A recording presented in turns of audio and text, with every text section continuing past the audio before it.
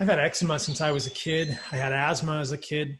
Most listeners will know that the eczema and asthma continuum is called atopy or atopic dermatitis and is often coexistent. So I had an autoimmune disease. I have an autoimmune disease. We all, many of us will have predispositions or have autoimmune diseases. So as a kid, I remember having like itchy bumps between my fingers and occasional rashes. And then as I got older, the rashes got to be worse to the point that a couple of times in my life, they were persistent over my whole body, something we call an id reaction.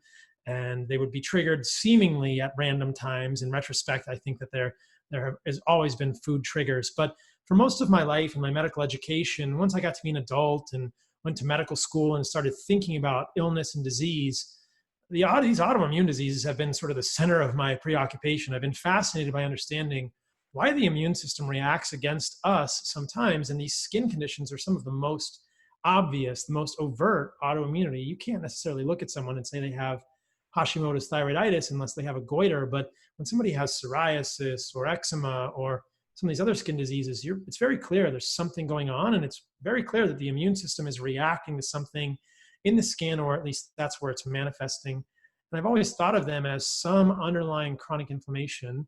And as I thought about this in medicine, I thought this is probably food, right? What is causing this?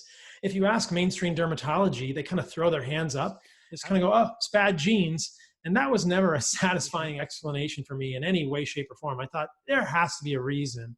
There has to be a reason. You hear cases of this resolving. And so I actually started this journey before I went to medical school, and I went on a vegan diet because I'd heard stories of people being on vegan diets. And I didn't just do vegan, I did raw vegan. But when I got so skinny that women did not want to date me because I was ridiculously skinny, I was like, there's something wrong. And I heard a podcast with Jeff Bland, who is one of the guys that was kind of the originators of functional medicine, thinking about root cause illness. And he was talking about this genetic book of life. And I think he said something in there, humans have always eaten meat. It's a crucial part of the human diet. I thought, that makes so much sense. Like, why am I not eating meat? So people who are pro-meat clearly retain more muscle mass. It's not even a question. And, if you really think about what we use our muscle for and how much of a survival advantage it is to have muscle on your body, then it's not even a question of which diet is helping us better. So I added meat back into my diet, gained some weight, felt better, stopped farting all the time. But my eczema continued, and I had a paleo diet, which was organic, for probably the next 8 to 10 years. And the eczema just persisted and persisted and persisted to the point that I was doing a lot of jujitsu, and I would get eczema on my elbows and my knees. Sometimes it would get super infected and have impetigo.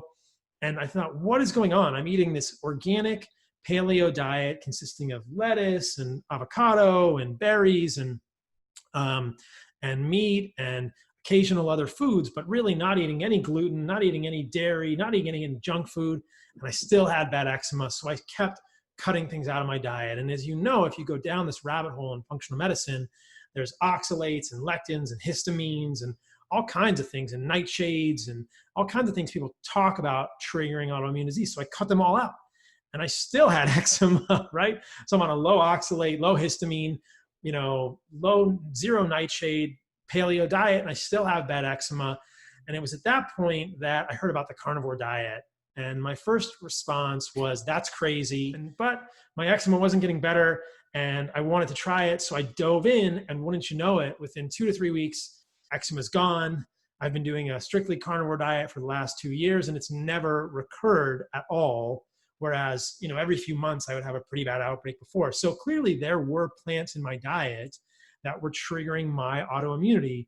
And as anyone listening to this will know, it's not just about itchy things on your skin that you can get rid of with a steroid cream. It's the idea that smoldering inflammation in my body is probably not a good thing, because I'm going to see it in my skin, but it's probably going to be doing things elsewhere.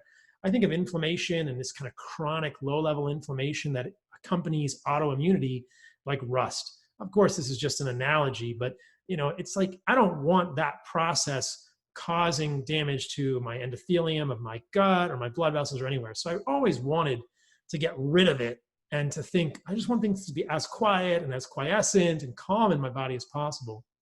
So because I had such improvements on a carnivore diet, I was like, wow, this is amazing. I felt better psychologically. I felt more positive. I felt more upbeat, and my gut symptoms went away. I had way less gas, even from, before, when I had moderate amounts of gas on a paleo diet, but now I had like zero gas, and I only farted like once a day. It was amazing. And it didn't smell. I was like, wow, this is so great for my social life. Like, I never fart. My gut feels amazing. My poops are perfect. My eczema's gone. I'm more positive. This is amazing. I got to dig in. And that began sort of my journey into the research around how eating an animal-based diet could be sustainable, why so many of the things I'd been told with regard to plants were probably wrong and misleading. And that's where the book came out of it. So most of your listeners will know I wrote a book, The Carnivore Code. Hopefully you've seen it. And yeah,